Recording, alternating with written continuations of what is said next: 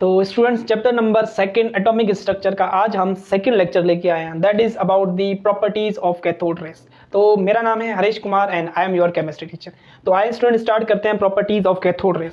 तो सबसे पहले जो कैथोड रेज की प्रॉपर्टी है that is effect of magnetic field and electric field. Students in 1895 में जे प्रिंट साइंटिस्ट ने कैथोड रेज को पास आउट करवाया मैग्नेटिक फील्ड में से। अब उन्होंने क्या की कि यहाँ पर एक मैग्नेटिक फील्ड रख दी। मैग्नेटिक फील्ड के पता है दो पोल होते हैं, एक south north pole and south. Suppose करें नॉर्थ पोल है और ये साउथ। हमें पता है north pole is a positive होता है और south pole is a negative.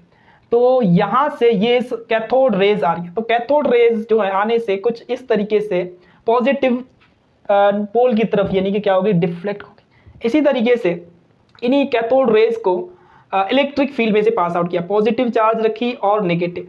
तो ये जो कैथोड रेज है ये पॉजिटिव चार्ज की तरफ डिफ्लेक्ट हो गई। तो यहाँ से ये साबित हुआ कि these cathode rays consist negative charge.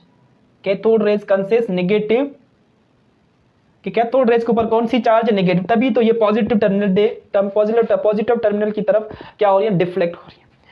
उसके बाद स्टूडेंट्स इसी प्रॉपर्टीज को यूज करते हुए 1895 में J Thomson calculate the charge to mass ratio of electron. Calculate the E upon M। E for students charge और M फॉर स्टूडेंट्स मास। तो electron का charge to mass ratio calculate किया। That is charge to mass ratio of electron is 1.7588 into 10 power 11 coulomb per kg. This is charge to mass ratio of electron. तो ये हमारे पास first property. उसके बाद second property है fluorescence. Student जब भी cathode rays किसी गिलास ट्यूब पे, अब यहाँ पर हम सपोज करें हमारे पास दिस इज अ गिलास ट्यूब है। अब इस गिलास ट्यूब के ऊपर अब जब भी कैथोड रेज हिट करती, when cathode rays hit on glass tube it produce greenish glow और ग्रीनिश फ्लोरेसेंस। कौन फ्लोरेसेंस है स्टूडेंट्स, ग्रीनिश फ्लोरेसेंस प्रोड्यूस होगी यहाँ पर। ठीक है, अगर स्टूडेंट्स यहाँ पर ये जो गिलास है, यहाँ पर स्टूडेंट MCQ दो मोस्ट इंपॉर्टेंट MCQ। अगर ये जो गिलास ट्यूब है दैट गिलास ट्यूब इफ कंपोज्ड ऑफ, अगर ये ग्लास ट्यूब जो हमारे पास बना हुआ है एल्यूमिना का, एल्यूमिना मतलब Al2O3। तो इस एल्यूमिना पे जब कैथोड रेज हिट करेंगी, if glass tube is composed of alumina and cathode rays hit then it produce. तो एल्यूमिना पे ये सपोज करो हमारे पास ट्यूब है glass tube, that glass tube is composed of Al2O3। तो यहाँ पर कैथोड रेज आकर हिट करेगी और जो फ्लोरेसेंस प्रोड्यूस होगा student that will be red. ठीक है, जो ट्यूब जो है ना रेड ग्लो कर जाएगा, ग्लोज दी रेड। और अगर ये जो ट्यूब है बना हुआ है students that tube if composed of an SN यानी कि टिन एलिमेंट का बना हुआ है। तो when this tube is composed of, मैं यहाँ पर लिख रहा हूँ स्टूडेंट, अगर ये हमारे पास गिलास ट्यूब और ये किसका बना हुआ है SN यानी कि टिन का, तो इसके ऊपर अगर कैथोड रेज यहाँ पर हिट करेगी तो ये ट्यूब जो है that tube is glows with yellow colour. तो that property is known as fluorescence, यानी कि जब कैथोड रेज कैथोड रेज किसी ट्यूब पे ऊपर हिट करे और कलर प्रोड्यूस हो, फ्लोरेसेंस प्रोड्यूस हो। ठीक है स्टूडेंट्स, तो अगर वो मटेरियल डिफरेंट, ग्लास जो ट्यूब अगर डिफरेंट मटेरियल का बना हुआ है तो फ्लोरेसेंस भी डिफरेंट प्रोड्यूस होती है। ये हमारे पास सेकंड। उसके बाद थर्ड जो प्रॉपर्टी है दैट इज, थर्ड प्रॉपर्टी हमारे पास है straight line motion. Cathode rays की जो मोशन होती है student that is a straight line motion. तो स्ट्रेट लाइन मोशन होने की वजह से कैथोड रेज के रास्ते में, सपोज करो यहाँ पर हमारे पास कोई ऐसा ऑब्जेक्ट है, ये हमारे पास ऑब्जेक्ट, और दिस ऑब्जेक्ट इज, इस ऑब्जेक्ट को मैं कह रहा हूँ दिस इज ओपेक ऑब्जेक्ट। अच्छा, ओपेक ऑब्जेक्ट क्या होता है स्टूडेंट, तो इसकी तीन बातें। ओपेक ऑब्जेक्ट वो होता है जो लाइट को पास ना होने दे, can not pass out the light, light को पास आउट ना होने दे। और दूसरा कि वो क्या प्रोड्यूस करे, ऑब्जेक्ट का शेडो प्रोड्यूस करेगा। ठीक हो गया स्टूडेंट्स। तो जब कैथोड रेज इस ओपेक ऑब्जेक्ट में से पास होंगी तो क्या होगा कि यहाँ पर यानी कि शेडो बन जाएगा। इसका मतलब ये है कि कैथोड रेज बिल्कुल स्ट्रेट लाइन में आ रही हैं और इस ऑब्जेक्ट को पास आउट नहीं कर पा रही। ठीक है, तो cathode rays produce sharp shadow when an object placed in their path. ये भी कैथोड रेज की प्रॉपर्टी है कि cathode raise produces the sharp shadow of an object placed in their path। ठीक हो गया स्टूडेंट, दैट इज प्रॉपर्टी। उसके बाद फोर्थ नंबर जो प्रॉपर्टी है कैथोड रेज की, that is a material particle. Cathode rays को हम कहेंगे कि it is a material particle. अच्छा, मटीरियल पार्टिकल्स क्या होते हैं? अगर मैं आपसे पूछूं मटीरियल पार्टिकल्स का मतलब क्या है स्टूडेंट्स, हर वो पार्टिकल्स मटीरियल है विच पजेजेस मोमेंटम।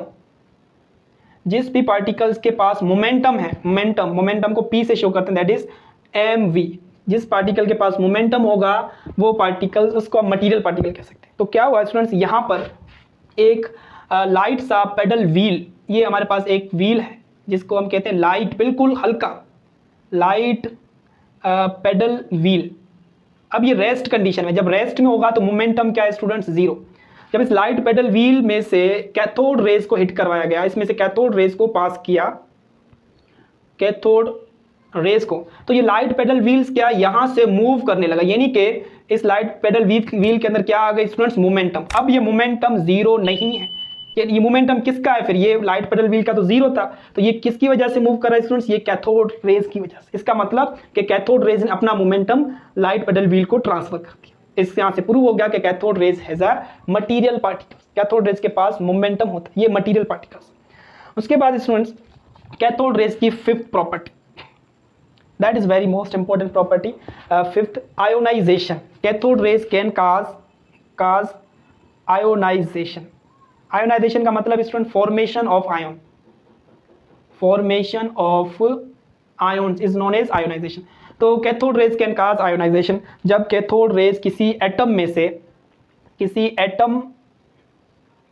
में से कैथोड रेज को पास आउट करवाएंगे, तो कैथोड रेज क्या करवाएगी, एटम को लॉस ऑफ इलेक्ट्रॉन्स, जिसकी वजह से प्रोड्यूस होंगे स्टूडेंट्स इलेक्ट्रॉन्स एंड प्लस में आयन्स, पॉजिटिव आयन जिसे हम कहेंगे केटायंस। ठीक है, तो लॉस ऑफ इलेक्ट्रॉन्स क्या होता है स्टूडेंट, दैट इज आयोनाइजेशन। तो ये आयोनाइजेशन कौन करवा रहा है, cathode rays. Cathode rays has a ionisation property. और इसके अलावा students cathode rays has a penetration power. Cathode rays can pass, fifth. उसके बाद सिक्स प्रॉपर्टी,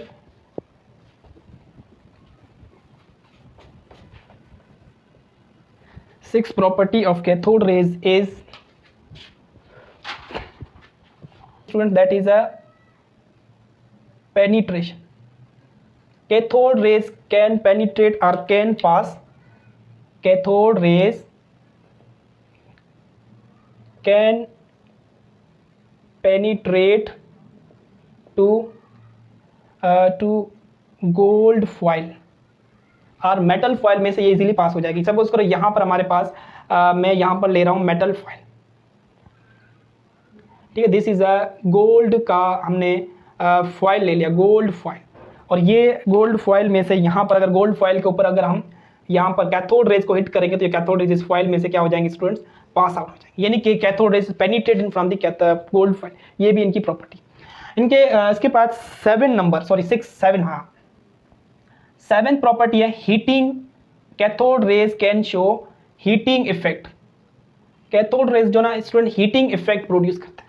अब ये कैसे, यहाँ पर आप क्या करें, मेटल का एक फॉयल ले लें, this is a metal foil,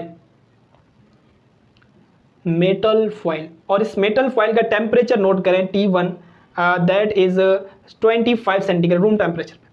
जब इस मेटल फॉयल के ऊपर यहाँ पर हमारे पास कैथोड रेज, सपोज करिए कैथोड है, ठीक है, कैथोड में से नेगेटिव चार्ज होती है कैथोड के ऊपर, जो ये रेज आकर इस फॉयल के ऊपर हिट करेंगी, ठीक हो गया स्टूडेंट, जिसकी वजह से इस फॉयल का अगर आप टेम्परेचर T2 नोट करेंगे तो T2 जो टेम्परेचर होगा वो बढ़ गया होगा, दैट इज 50 सेंटीग्रेड हो गया, तो यहाँ से क्या होगा कि ये कैथोड रेज ने इसको क्या कर दिया, इस फॉइल को क्या कर दिया स्टूडेंट्स, हीट अप कर दिया, जिस प्रॉपर्टी का नाम है हीटिंग इफेक्ट, यानी कि cathode rays can produce the heating effects. उसके बाद स्टूडेंट्स 7 नंबर प्रॉपर्टी, 6, 7 और this is 8, that is a very most important. Cathode rays produce the X-ray, X-rays production, X-ray production. जब कैथोड रेज को are fast moving electron, जब cathode rays are fast moving electrons hit heavy metal anode, जब heavy metal anode से ये hit करेंगी हमारे पास produce होगी X-rays, unknown gas is produce known as X-rays. अब सपोज करो ये हमारे पास हैवी मेटल एनोड है कोई, ठीक हो गया स्टूडेंट्स, हैवी मेटल हमने ये ले लिया, दिस इज अ एनोड, ये डिस्चार्ज ट्यूब की बात कर रहे हैं, एनोड में हमने हैवी मेटल ले लिया, और ये है हमारे पास कैथोड, ठीक है, cathode, this is a negative charge cathode. अब इस कैथोड में से कैथोड रेज आएंगी, अब ये कैथोड रेज जब इस हैवी मेटल के ऊपर हिट करेंगी, जिसकी वजह से यहाँ पर एक अननोन गैस प्रोड्यूस होगी, उस अननोन रेज प्रोड्यूस होगी, सॉरी, जिसकी वजह से अननोन रेज प्रोड्यूस होगी, जिसको हम कहेंगे एक्स रेज, यानी कि एक्स रेज की प्रोडक्शन में भी कैथोड रेज का रोल है, ठीक होगा। These are the properties of cathode rays. अब एंड में स्टूडेंट्स कंक्लूजन ये निकला कि ये जो कैथोड रेज है ना, this cathode rays consist stream of negative charge particles. Conclusion जो निकला कि ये कैथोड रेज हैं, that is composed of stream of negative charge particles. Cathode rays consist stream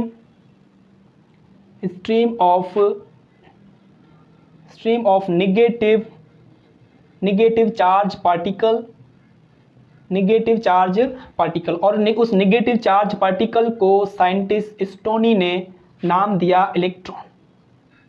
stony scientist ने क्या नाम दिया, इलेक्ट्रॉन। अब देखिए स्टूडेंट्स, यहाँ पर अब मैं दो चीज़ आपको क्लियर करूँ, एक हमारे पास है पार्टिकल, दूसरा है रे। What's the difference between particle and रे? अब देखिए स्टूडेंट, मैं अगर आपको कहूँ कि प्रोटॉन, इलेक्ट्रॉन, न्यूट्रॉन्स, आप कहेंगे ये आर पार्टिकल्स, ठीक है, एक इलेक्ट्रॉन, प्रोटॉन। अगर मैं आपको कहूँ कि हमारे पास बहुत सारे इलेक्ट्रॉन्स अगर फ्लो करेंगे तो वो क्या बनाएंगे, रे। कुछ इस तरीके से, सपोज कर कोई यहाँ से रोड से एक कोई आदमी जा रहा है, तो आपसे पूछेंगे तो आप कहेंगे सर एक आदमी जा रहा है। अगर यहाँ से हजारों की तादाद में कोई आदमी जाए, हजारों आदमी जाए, तो आप क्या नाम लेंगे कि सर लश्कर जा रहा है। तो इसी तरीके से अगर एक इलेक्ट्रॉन होगा तो वो पार्टिकल कहलाएगा, अगर लॉट ऑफ इलेक्ट्रॉन्स फ्लो कर रहे हैं तो वो क्या बनाएंगे, रेज बनाएंगे। जिस तरीके से इलेक्ट्रॉन्स का फ्लो करके क्या बनाते हैं, कैथोड रेज। अगर यहाँ पर पार्टिकल हमारे पास होता प्रोटॉन्स, तो बनाते हैं पॉजिटिव रेज, ठीक हो गया स्टूडेंट्स। तो ये यानी कि पार्टिकल, तो एक्चुअली में ये पता चला cathode is nothing, it is a composed of electrons. ये स्टोन ने इसको यानी कि इलेक्ट्रॉन का नाम दे दिया।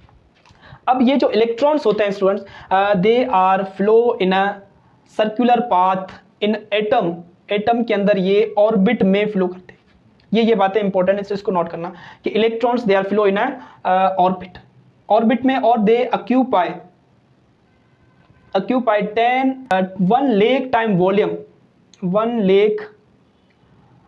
Lakh times greater volume than nucleus से इलेक्ट्रॉन जो है शेल के अंदर कितना वॉल्यूम ऑक्यूपाई करने, 1 लाख टाइम्स ज्यादा इनका यानी कि वॉल्यूम होता है। और इलेक्ट्रॉन्स जो होते हैं, इलेक्ट्रॉन को ऑर्बिट के अंदर फिल करना या फिर इलेक्ट्रॉन को शेल और सब शेल में फिल करने के प्रोसेस को क्या कहते हैं स्टूडेंट्स, हम filling of electron in sub shell. Filling of electron in sub shell is known as electronic configuration.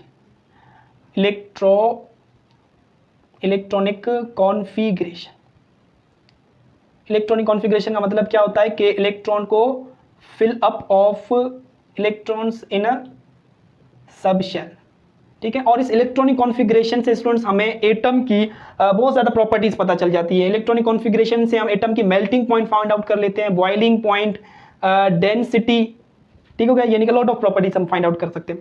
और इसके अलावा ये जो इलेक्ट्रॉन्स हैं, they can take part in a bond formation.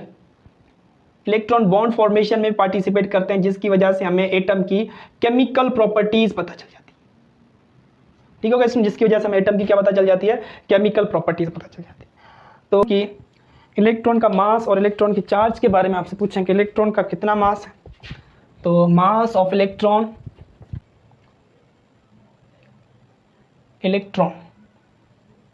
तो स्टूडेंट्स इलेक्ट्रॉन का जो मास है, mass of electron is AMU अगर लें तो 0.00555 AMU एटॉमिक मास यूनिट, और अगर हम इसको किस में लें kg में तो that is 9.116 into 10 power minus 31 kg, और ग्राम में लिखें तो 9.116 10 पावर माइनस 28 ग्राम।